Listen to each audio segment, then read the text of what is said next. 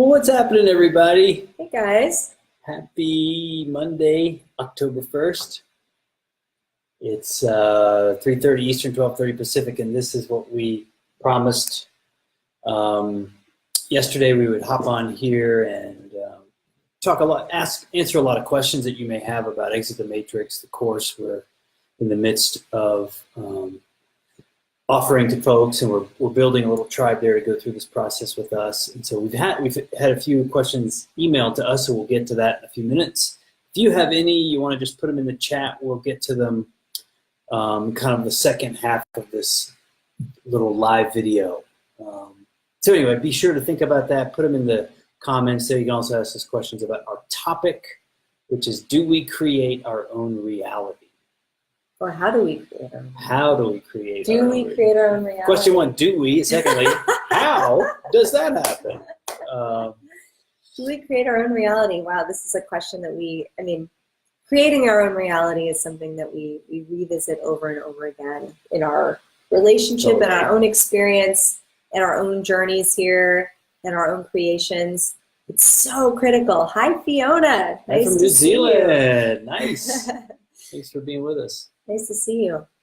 We wanted to talk about this today because it's such a critical underpinning of the whole backbone of the Exit the Matrix course, and really about the transition from being a victim or perceiving yourself as powerless and a victim of your life experience and the seeming options of the Matrix, and creating your own reality and feeling the freedom and total power to do that. Yeah, it's crucial that this belief, you don't have to, it's not crucial that you just fully embody it, it's a process of unfolding. Just your operating system is completely changed.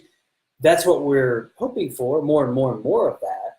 But it's really just about being open to it, because if you're open to this, okay, maybe this is true, then it will show you how it is. But most people who are very embedded, stuck in their lives, in this mainstream path, believe that there's a world out there that you've got to kind of tangle with, wrestle with, deal with, and that you're kind of in combat with. Many people feel like they're the victim of reality rather than the creator of reality. The same things happen to them over and over and over. Yeah, why would that happen? Why do the same things happen over and over? That's such a great entry point to seeing that you create your own we were reality. brainstorming about this earlier today, and we realized that our own journey might be useful here. And the topic of relationships, dating and relationships, is such a really great one to see very clearly how we create our own reality.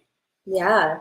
I remember, we were both discussing earlier kind of how we move from our own victim, powerless-centric, small self-centric perspectives to the knowing and the embodying that we are the creators of our reality. And so here's the thing, it's like, you are creating your reality. That is so you're creating your reality, so you can either create it from a victim's perspective and continue to be a victim, or you can create from the creator's perspective and know you're the creator. And the way that shifted for me, I remember I had a really hard time in my 20s, and, all the promises of the Matrix story were not delivering for me. I thought that if I worked really hard and I went to a good college and then a really good law school, that I would, succeed and be happy in life, and I wasn't. What I found was that I was recreating these same patterns over and over again out of this fundamental core belief in unworthiness, which I didn't realize at the time. I had a number of therapists, right? And I was sitting with a therapist, and I told her my whole story. I'm like, okay, so my dad instilled in this, you got to work to be okay thing, and, think things about my parents' relationship that I'd carried with me. And so I was not good in relationships, and, coming from a place of, low self-esteem, etc. And I was like, so that's why I am the way I am. And, kind of this defeatist, handed over to the therapist. And she was like, but she wasn't really a therapist. She was like a spiritual guide, as it turned out. I like those types of therapists, spiritual guides in therapist clothing. She looked at me and she said, but what if you could be anything you wanted today? What if you had the power to not be that story? And I was like, something clicked, something shifted, that from today, I actually have a blank canvas. Why do I have to live by the stories of my past? Why do I feel trapped by those stories? And she's the one that handed me Eckhart Tolle's A New Earth, that I always talk about that moment of it just broke open for me. Everybody was on a spiritual path, I guess, has something that broke it open for them. And for me, it was that moment with her that gave me this, like, wait a second, why do I continue to choose that story over and over again? Because I thought I was a victim to that story, but actually I was deciding that that's who I was fundamentally. And A New Earth cracked it open for me because I was reading it and I recognized that there was a being, a person, an energetic field, a space, a knowing, an awareness, and I am a being that was there before the name Theresa, before the story. I thought, wait a second, I got back in touch with that feeling and I thought, that is infinite. That was there before it was named Theresa, before it had all these experiences. Like, wait a second, then I could be anything. And I started to see that all those same patterns, and at the time, I've had it both, I would say, like, the same patterns have appeared, especially it was very obvious in relationships for me first. Like, I stepped back and saw that I had picked the same exact person over and over, and I inventoried once all of my kind of relationships and what had happened and my feeling state, and like all the faces disappeared off of those people that were so, like, powerful for so long. I was like, wait, it's the same person. And then I was like, wait, it's my limiting beliefs, it's my unworthiness that is casting out that projection and that canvas onto that creation of a man. And I had some miraculous, like, exact same situations that happened over and over again. I thought, it's me. I'm creating this. Yeah, I mean, patterns are so helpful to look at as a place where there are often blind spots. For me, it was definitely also kind of appearing in relationships and dating and all of this. And I would recreate the same relationship over and over and over and over again. Boy, it would look different maybe for a week or two. And then suddenly I'd be like, wait a second, I know this person. How am I meeting you again? And so around that time when I began to be skeptical of, like, okay, wait a second, what's really going on here? And my strategy up until then was to get really good at socializing, to get really good at, like, talking to master the game women. That's again a whole other conversation. But I got really good at all the little things you could do socially to, kind of climb the ladder and do all that. And yet I got really good at that. And at the same time, I noticed the same woman kept showing up. So for me, I sort of, like, crashed and burned on trying to figure out how to rearrange the appearance rather than really look within. And so when I got interested in that, when that kind of opening appeared, suddenly all this very interesting material, or this support, these resources, began to kind of come into my field of energy, if you will, my field of energy. A lot of them were Abraham Hicks things. The Secret came out. I had a therapist, another one of these therapists. She is very much a spiritual guide and therapist. She's a wonderful lady. She gave me The Secret. She said, I think you ought to watch this. And I watched it, and I was like 90%, this is like 2005 or something, I was about 90% at the time like, oh, this is so fucking lame. But there was a little bit of me like, man, but if this is true, that's really cool. If this were true, like, that would be so amazing. And that's kind of been the journey for me. So what has happened, what has proved this to me, is I literally experience having that little opening is all that was necessary for me to begin to kind of, okay, I'm going to work on myself. I'm going to really raise my frequency. I'm going to really see myself as worthy, see myself as valid, see myself as important, see myself as deserving of, say, in this case, a really good relationship. And then suddenly, like, the appearance would change, like the kinds of people that I would be attracted to that were attracted to me began to change and shift, and an upgrading process began to ensue. And so for me, it was very experiential. Like, I'm gonna try this out, and boom, oh, this is interesting. Something's happening here. Then I try it out a little more, and then something happened. Try it out. Something happened. Try it out. Something happened. And so my belief in this has been accrued through experience and through me just seeing how I do create my own reality. And what we've learned since these sort of kind of beginner steps, if you will, our beginner steps, is that, in fact, And science has proven this, and this information won't come into your kind of field, if you will, unless you're really open to it. But science has proven now that actually matter doesn't exist. Like, we have our computer, I don't know if you can hear that, we have our computer on a wooden table. But if you zoom into that wooden table using, an electron microscope, or like a high-powered microscope, you'll see that there is actually empty space between all these quote-unquote particles. And that fact, the fact that used to blow my mind was somebody said to me once, like trees are 90% air or something like that. And I was like, what? Wait a second, but suddenly, like, if you see what science is saying, like, that's actually true. And so what's really occurring here is matter is a thought. Matter is just a thought. The fact that this table is hard and wooden is just part of the agreement that we acquiesce to when coming into this incarnation. We're here alive. This is what we agreed to. We're going to play within this realm. And the play, all of it, is designed, I think, to make me very hyper aware that I am the creator. I create my reality. In fact, God and me are not separate. Now, I may not be the totality of God as I usually am, for example, this second, but all of us together, all the consciousness that is in place in this universe and beyond, that in its totality, maybe we could call that God. But my particular sliver of it is just as powerful, just as abundant, just as free as any other. And anything that denies me that is man-made. It's something that I have agreed to in this incarnation and that I can opt out of. I can literally discard. So the purpose of exiting the matrix is to actually realize, wait a second, I'm the creator of my own reality. Okay, what do I want to create? What feels so good to me that I can't possibly stop it from happening? What feels so exciting and true? And then to let that flow. And then when the flow begins, you'll see an old belief pop in, like rocks on a river. They'll just be there. And then we deal with that. And there are very simple ways to deal with it, though you may not transcend it in that immediate second, but there are simple ways to kind of override, if you will, these lack beliefs or these old contractions that are really based on things that we have learned. In my case, often when I was a young boy.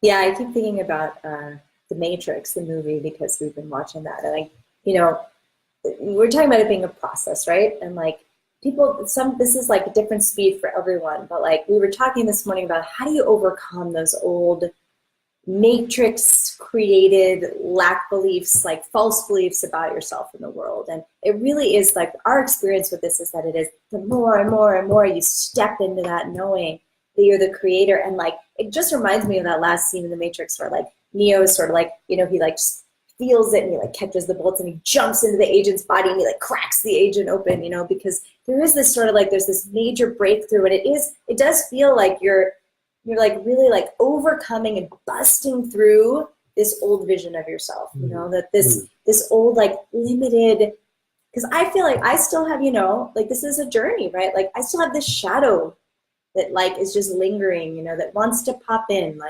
with something in my appearance. Everything in our appearance is here as a reflection to teach us and help us grow toward our knowing and our stepping into being the creator, into our total freedom, right? And the best moments I've had of when I've been able to know that and see that and play with it like a video game. This is a video game that I am playing, and when I walk through this reality, every single thing that pops up is a reflection that's teaching me where I'm still not aligned, where I'm still not being the creator, where I still believe in the illusion. And so it's playing with your reality. It becomes really fun, when you're not identified with your lack beliefs, when you're not identified with the disapproving parent. I'm seeing it like a pop-up, like a person popping up like a video game, right? When you're not identified with the disapproving parent or the person who talks to you about how you're going to make money, or you're not identified with that, and you see yourself as the creator. You walk through your life like you're the creator. You feel that energy and you carry it forward with you. Those things that come up, they're just like phantoms. You're just ha, that's an old belief, and you see it as your belief. You see it as your belief popping up. You don't see it as reality.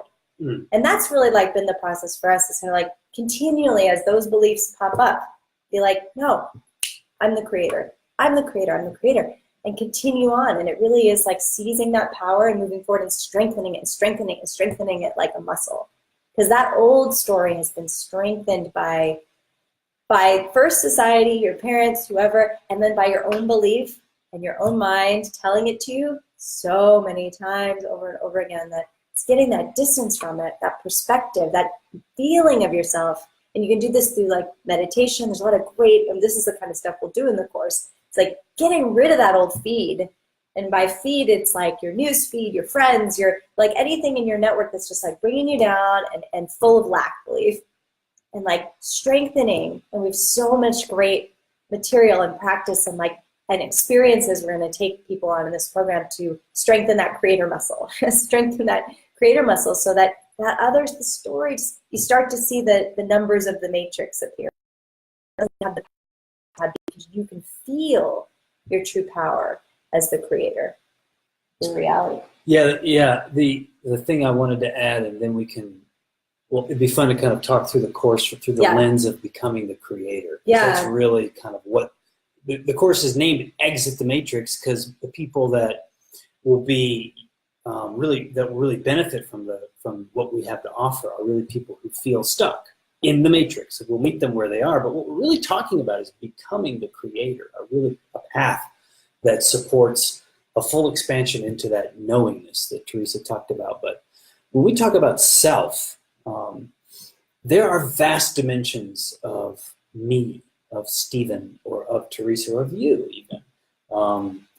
And to be very, very simple about it, because it could become somewhat complicated, but to be simple, just to sort of imagine there's this kind of the incarnate physical, quote unquote physical version, and then there is a higher portion too. And we are related, we are connected. In fact, there's no actual separation other than maybe what the eyeballs might be able in the mind to kind of perceive and interpret within the very slender range of light frequency that the mind and the eyes can perceive, which is really fascinating. If you're willing to go down a rabbit hole, I'll meet you down there, because I tend to go down those rabbit holes too. But there are so many other components to self. And so when we talk about we create our own reality, in fact, all these dimensions are involved in that. So one great example, which involves the two of us, was when we first got together, we had this incredibly serendipitous kind of moment where we met we both lived in Brooklyn. We both actually lived about 2 blocks from each other in the south part of Park Slope in Brooklyn. But we ran into each other coming out of the subway at Bloomingdale's In on a the Upper random East Side. place we never go to. Manhattan. Yeah. Like I go there twice a year to that neighborhood when I lived in New York. This was one of the 2 times I was going there to get something very random. Anyway, we just met. And it was clearly like by design. So, and as we've gone along, it's just so clear to both of us that we're to be together, and that what's being activated through our relationship, the expansion, the growth, the triggers, the seeing of the lack beliefs is just so extremely intense. It's been really intense, particularly the last few months. But the beauty is, course. next time.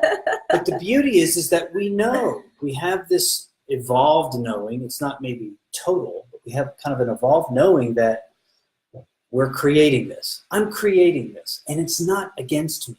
It's not perpetrating anything on me. It's not to harm me at all. Like this creation, the creation of me seeing and reliving some very deep wounds from my childhood is not there to kind of mess with me necessarily as much as it is for me to sort of wake up, transcend, heal, and get past these things. How else could it occur other than to just continue to come back, continue to come back, continue to come back until I get the message, which in some cases can take a while.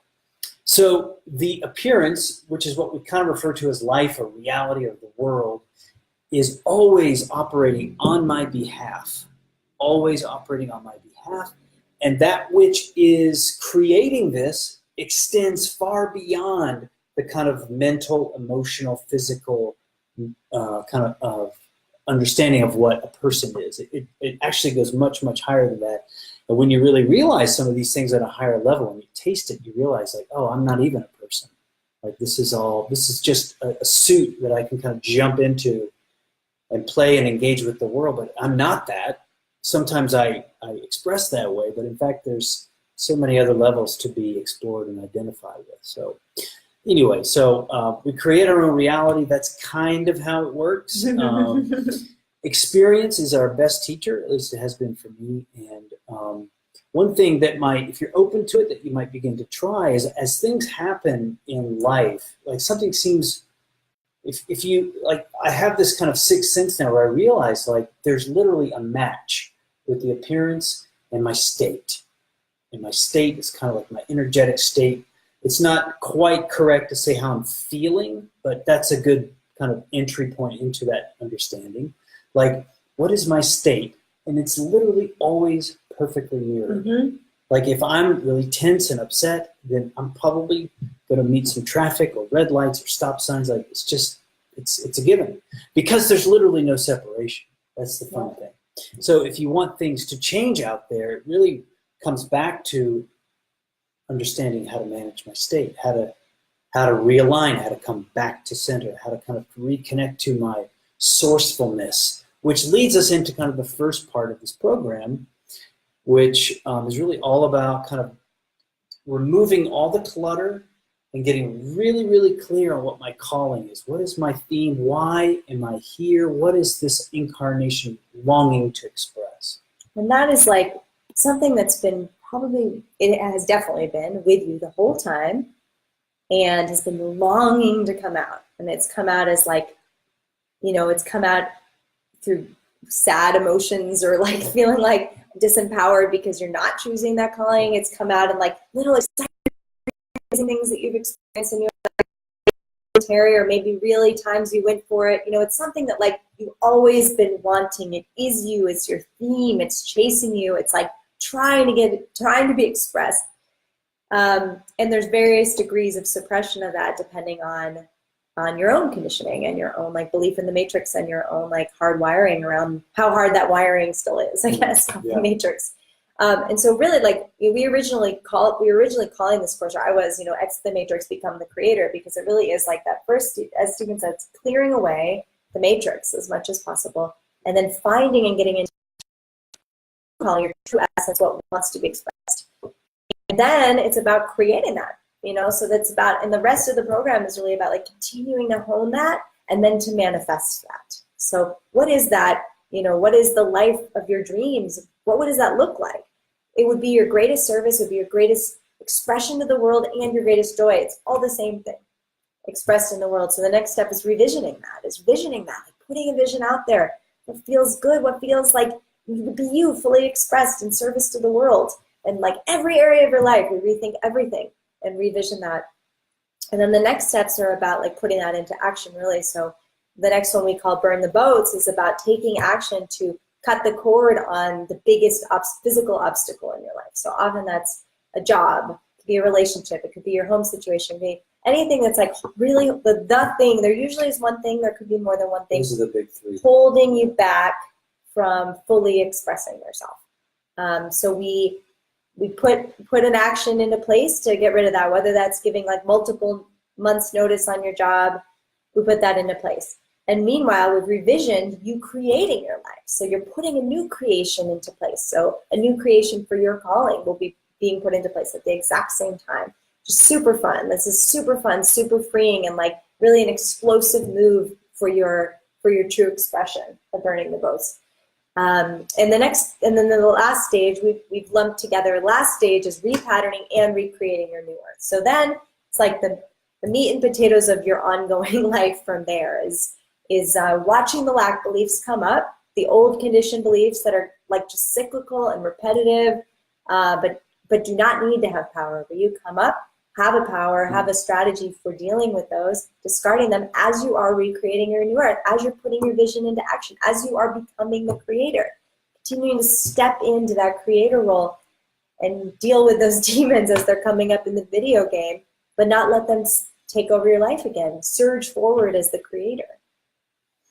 And then then once these beliefs have been kind of dislodged, seen, clarified, we understand it, we're no longer as identified with them as maybe before, as we talked about, like the appearance, our world, our lives will change. The things that just kind of naturally float into this field will be different based on the change in the vibratory state that kind of this appearance adopts. And it just has to be It's that fantastic. way. It has to be that Yes. way.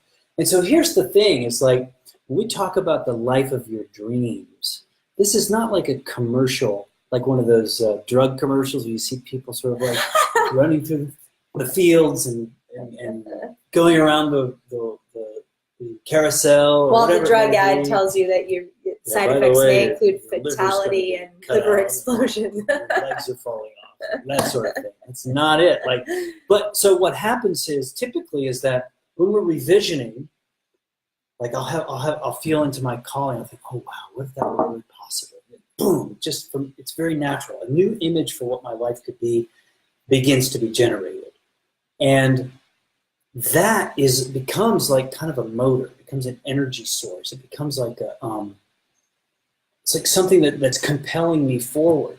What I have found, I think you would agree, is that what eventually kind of comes up in this stage after repatterning can often look nothing like that. Sometimes it does, sometimes it doesn't. But in every case, what has appeared past these limiting lack beliefs is always so extraordinarily true. True to you. To me. Yeah. So what often is the case when we talk about the life of your dreams, and we're talking to somebody who's maybe working a job they don't like, or they're in a relationship that doesn't serve them, or they live in a way that just feels completely out of alignment, is that we'll create a complete inverse of that image. Yeah. Right? Just as like, I want to feel better, you know, and so I'm going to I'm going to create an image that's completely 180 degrees different than the one that is in front of me. And that's great. We honor that. There's nothing wrong with that. And maybe that's what's coming. We don't know. But usually what happens is something completely surprising is generated simply because these lack beliefs are so powerful. They're so strong. And much of what we desire in this life is often manipulated by the odd way that we treat desire and the way that we feel about kind of wanting something in the first place. So anyway, all that's to say is that this is more than just kind of following your dreams, as much as it is creating a life rich and immense with meaning and peace and truth and alignment and service, and real service, like really supporting somebody, really helping others, really helping this planet evolve past this extremely weird expression we find ourselves in. I think anybody would agree with that. I love that point though. Like what has unfolded for me has always been like so true to me as I was experiencing it that I couldn't have possibly cast it onto paper. Like it's like, because my mind is so far behind what my true self actually is. Yeah, so it's my ability to imagine or think about what my wildest dream actually is, what my fullest expression, maybe a better way to then to put your wildest dream. Because your wildest dreams are usually limited by your imagination, which has been conditioned by the matrix. But as you step into yourself, you become your full expression, which is beyond your wildest dreams. And that's the process. That's the journey that we're on. So cool. We should get to those questions that were sent to us, so right? We had some questions, really simple ones and some maybe more detailed. And if there's any more questions you want to throw into the comments, let us know. I think the first was just, Stephen's looking for them, but I think the first was just about, we called it a 3-month-ish program followed by 3 months of follow-up support. So we want to clarify, we wanted it to be, it's about a 3-month program, the way that we've mapped it out and the different stages and where we want to make sure everybody gets by the end. But we also don't know at what level, what stage people will be coming into the program in terms of their own, embeddedness in the matrix / conditioning and how awake they are to themselves. So the starting point may be, we don't know the exact starting point in terms of what work buildup we'll want to be doing to get everyone to the point where they really can step into understanding their calling. So there's that. Everybody will have, we just want to feel out the timelines, but where we want to get everyone by the end is past the burn the boats point to recreating your new earth and dealing with having our help with, and the group's help with practicing repatterning, overcoming limiting beliefs, and really stepping into that new vision in a place that feels really good, and there's a lot of momentum behind it and a plan and all that. So we think that's about a 3-month-ish process, but we don't want to hold ourselves to like 90 days or 3 months rigidly without making sure everybody gets through that. Then beyond that end point of a formal program, we also wanted to continue support, and we know that community and ongoing support is so critical to continuing this work because, again, those communities and those structures of the matrix are so strong that we already, through the first 3 months, will really be getting you out of a lot of those things and establishing a new community beyond this program as well that's supportive. However, we also want the support of the program to continue, so we've added 3 months of Exit the Matrix Mastermind calls, so monthly calls with the Exit the Matrix tribe and the two of us. And then lifetime membership in this ongoing community, which we hope will just continue to build as we keep running Exit the Matrix programs. And so that the first people that will come in are really the pioneers to be mentors, and then peers and colleagues with people who join after. Beautiful. And the thing we've learned is that usually by the time you burn the boats, the repatterning, the new earth, the recreating life anew after that is ongoing. It never really stops. Yeah. No one ever is, I don't think, ever fully cleansed of any of these old limiting beliefs, though possibility from being like fully, asleep to even like burning the boats, like I get it, man, I'm on board, is so vast. It's a gigantic scale. But it's never really after that. So the part that we can 3 months-ish day period. And after that, there will be tools. You'll have everything you need going forward. Plus, you'll have the community of people that we've surrounded you with. Because, the communities that you're possibly in now or kind of on the way out of, I doubt will serve what you're becoming. And if they do, great. But if they don't, you'll have something. So just trust that. That's good. Second question is, what about this bonus? So the bonus is if you have your application in by midnight Pacific time tonight, that is 10 hours from now. That's right. Right? 9 hours, 57 minutes from now. So if you have your application in by then, we don't necessarily have to have approved it because we're not going to be up at midnight Pacific. That'll be 1 o'clock our time. But if you have it submitted by then, we will, and you're approved to be in the program, then it's 11 hours from now. But anyway. That's right, 11 hours. Time zone challenges. Midnight Pacific tonight, then you'll get at any point during that kind of 6-ish month period of time, so there's the 3-month really intensive program structured time and then the support time afterwards. During any time during that 6 months, you can have a 45-minute coaching call with the two of us.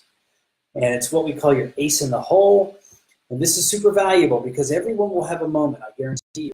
You will have a moment where it gets super real. It's like, oh my God, the programming is so strong. The resistance to change, to transformation, to evolving past this is very strong. Oftentimes it has to do with the validation of others or a job. Financial insecurity. Like disapproval of family. Friends, family. It's a lot of classic same things for everybody.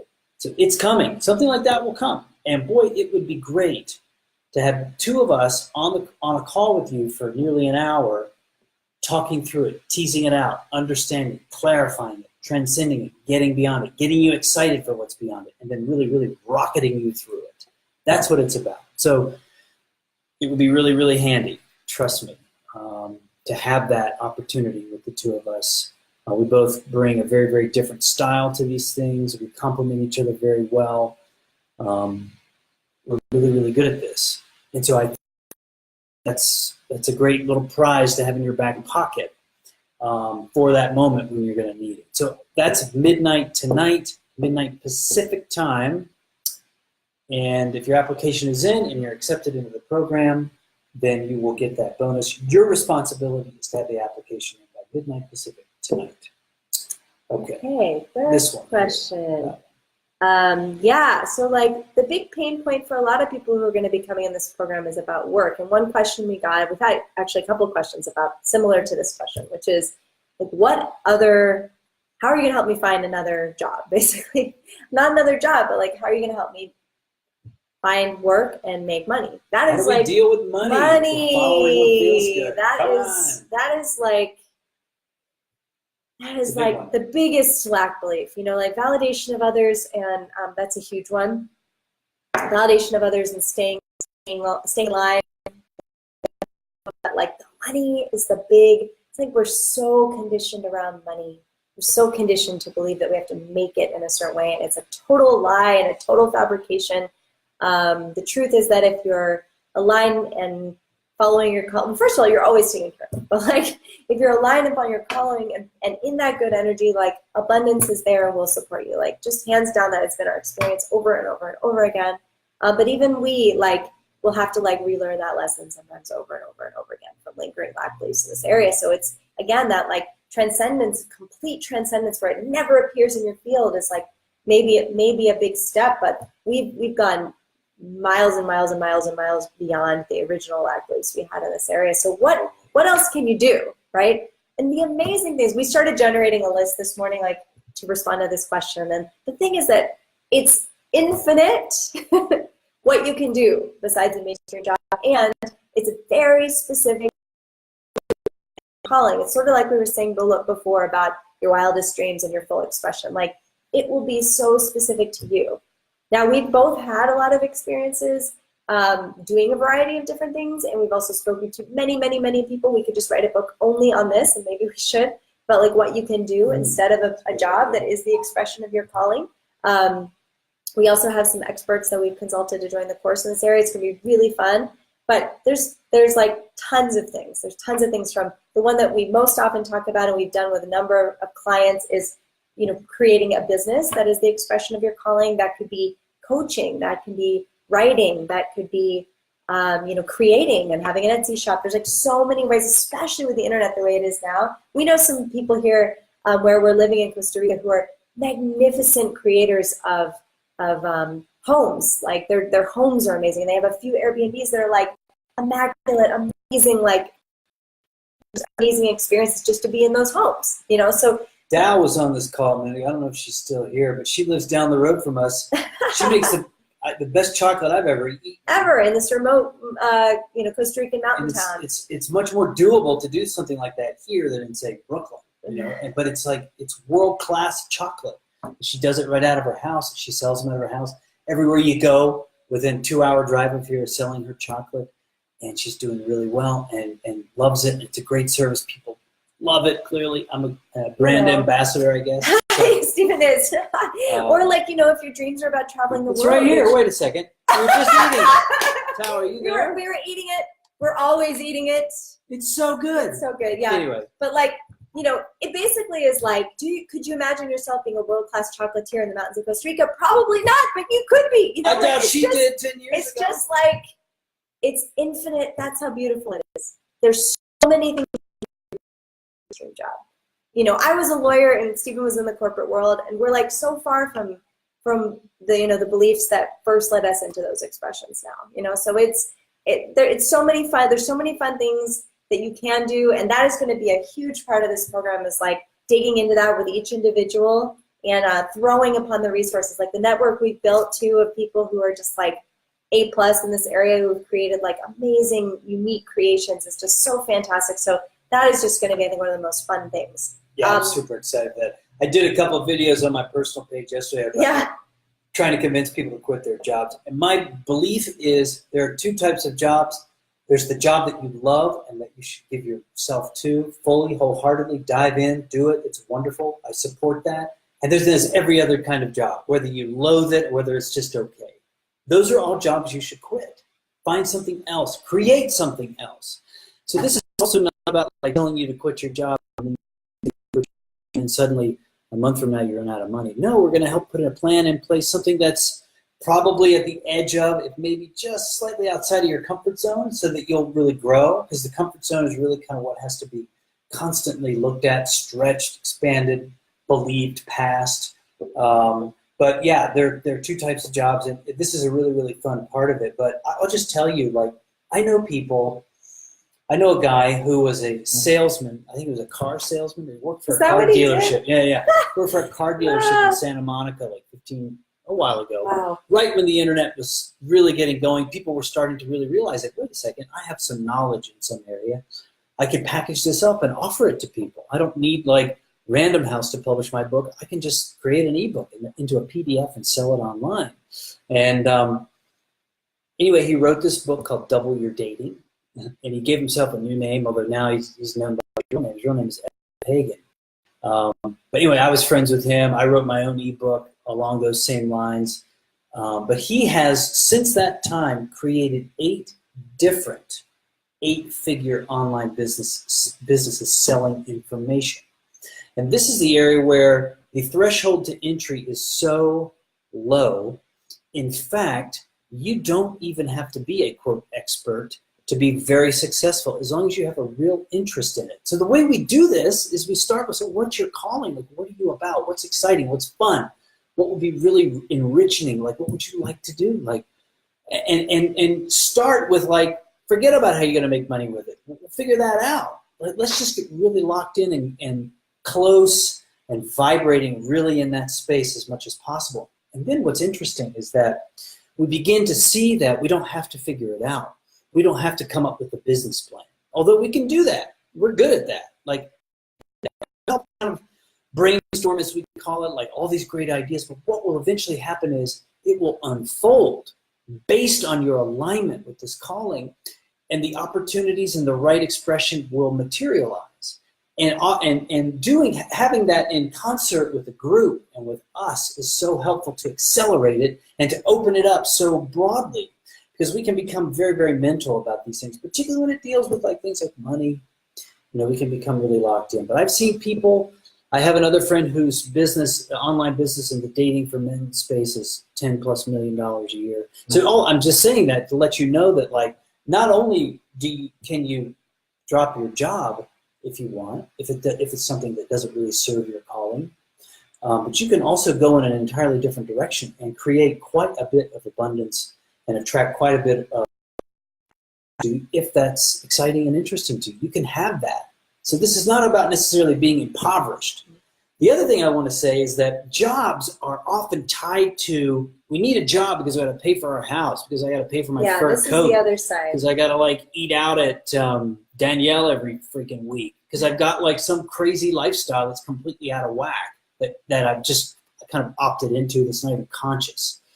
And any of that stuff is optional. Like, all of that stuff can be rearranged. Like, if you track the Ownstream podcast, we have talked to people who have lived and done and expressed themselves in hundreds of different ways in their lives that are completely doable and very open and actually quite accessible and immediate to people if they can just drop the blinders. So anyway, all that's to say is that, like, we're, like, you can tell I get really fired up about this stuff, and it's really about kind of looking at all that stuff you really want to do. So the fact is that most people who have jobs they don't love go to houses they barely visit. They don't spend a lot of time with their families because they're working all the time. People work so much these days. It's insane. So yeah, we can kind of dismantle all of that. That's what this is about. The job is a central component to it, but we really look at all of these facets and create room for your calling to be expressed more and more fully. Yeah, that was our life in New York City. Like, it was such a different life, super, you know, like, yeah. I remember waking up thinking, like, feeling like I was putting armor on to, like, get into the street. It was just moving the second I got on the street and get on the subway. You should have seen Theresa's jacket. It's like a sleeping bag thing in the wintertime. It, like, wrapped her up. It was, like, super tight. It was really like she was wearing, like, Teflon. Yeah, it was intense. You just see her taking bullets all day. You know, and I would like have headphones in all the time, and like it was like on my BlackBerry everywhere I walked down the streets of New York, and walking up the stairs of my house, and in the bathroom, and like just like total insanity, you know. But really, like, but what that was like is like I worked like 10 hours a day, and then we'd get home. Maybe I'd like go to the gym for like a 20-minute run, try to get some exercise in there. Then we'd cook or get really unhealthy takeout, and like eat it at 9 p.m. and go to bed and crash and feel like shit, and then start it over the next day. And the funny thing is, like, I was making like good, you know, it's considered good money, I guess, like in New York City, like, you know, mid 100,000s or something when I was right before I left that. And you know, but just getting by, like paying our mortgage and like paying our eating out at restaurants bill, and like it just was, it's so different. And you know what, it's like, it's about what brings you joy, right? And the thing was like, I was like not joyful. I didn't feel like I was in a public service job, but I never felt like I was actually like succeeding or being of service. I felt exhausted all the time. I felt physically sick. I didn't, like Stephen and I would see each other for like 45 minutes a day, even when we were awake. Like it's just, and that is like, it's work slavery, and it's work slavery of our own creation. And this gets back to like that whole situation. There were years I was miserable, and Stephen would tell me like, you know, you can change this. Like, you're choosing it. I couldn't even see that I was choosing it. I couldn't even see it. I have to do it. I have to do this because somebody's got to pay our mortgage. But like, you know what? Like, a good friend of ours told me one day, he's like, you got to set a quit date. And you draw that. We're out to dinner with him, and I knew he was going to challenge me. Great. He's totally irreverent, has always done life differently. You know, he's always done life differently from the mainstream. It kind of mainstream like never entered his head, I think, is like how he feels. Like he just doesn't get the mainstream. He doesn't get that. He doesn't get the matrix. So he's like, you just got to draw a line. And he like gave me, he's like, set a date. And the next day, I think, or very soon after, I went in and gave that date at work. And you know what? It's just like, then it was like this wild free current of our life just like went, you know? And we were like, let's sell our house. Like first it was we traveled around the world.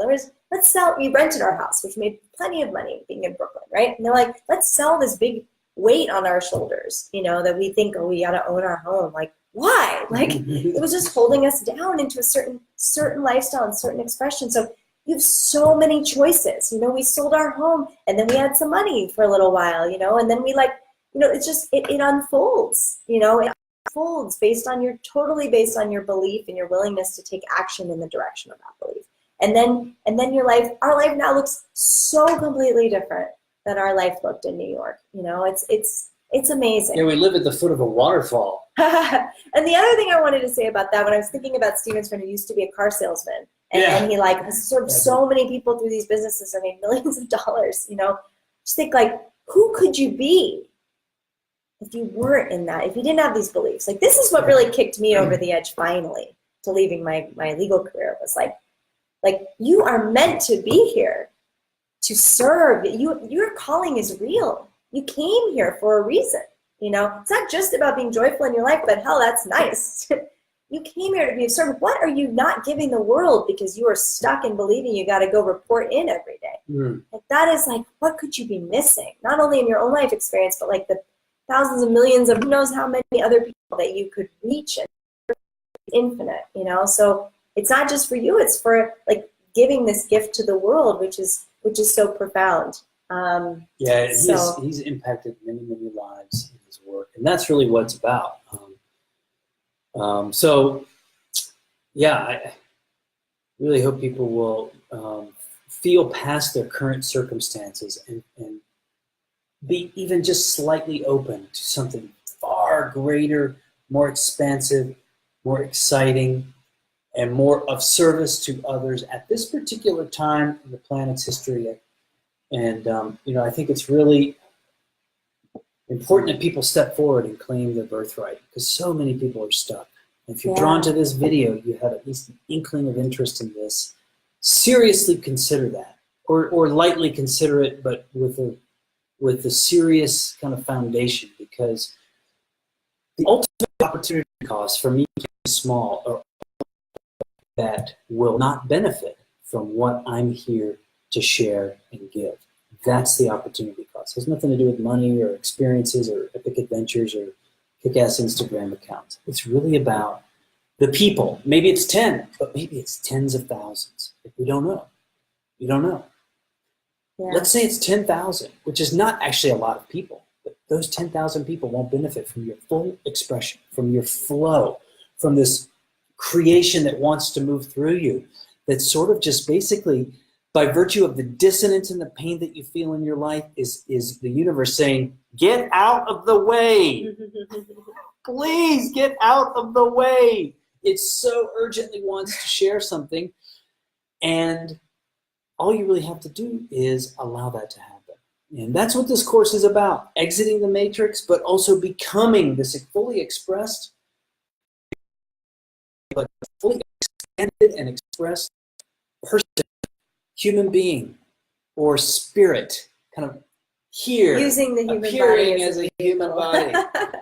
All of those things, like that's actually what this is about. And life is very simple. It's like it's supposed to be joyful. So just be joyful. Do things that bring you joy. Your joy is the greatest service the world could possibly have. And so many people pay lip service to that. They'll talk about it. They'll put it on their social media page or whatever. They'll wear a T-shirt, but they're not really living it. This is about really living it. Yeah. This is about really, really living it. That's what we want. So if you're watching this video and we didn't answer questions that you have, feel free to post questions in the Ownstream community. Feel free to email us. I think Stephen's email is on that application page, right? Yeah, or private message us, friend us in private messages, Yeah. or just post it in the community, or there are many ways. Stephen at ownstream.co. Yeah, we're easy to reach, and we want to be live other times this week. Definitely Tuesday the 9th, but I'm sure other times as well. Right before the program period, the application period closes. But we will pop on more through the week. We have some topics we want to talk about. We want to talk more about this job thing. We want to talk about relationships. We want to talk about a few other things. So, and as people create questions and send them to us, we'll probably address those too. But right now, midnight Pacific tonight, if you want to capture that bonus, get your application in, please. Having us kind of on a call with you at a certain moment, you're ace in the hole, is a huge, huge gift. Trust me on that. Something will come up through this path, through this process that will really benefit from the three of us being together, sharing space, reflecting, talking, and conjuring up, the energy needed to transcend what is somehow now lying in the path. We're really, really good at that. Yeah, there's nothing like having a one-on-one or two-on-one even in this reflection of you specifically. There's nothing like that because often we can't see ourselves clearly, and that's the moment when we really can't see past it, and we really are stuck in something. To have that focused attention is so invaluable. So we'll link to the course page in the community right after this, and remind everybody. But that's coming midnight Pacific tonight. Get your application. You'll get that bonus. And any questions? Let us know. And otherwise, we'll see you very soon. Probably midweek sometime. I don't know. Who knows? We'll see when the excitement appears, and we'll snap to it. Thanks, guys. Talk to you soon. Yeah. Thanks, everybody. Have a great day.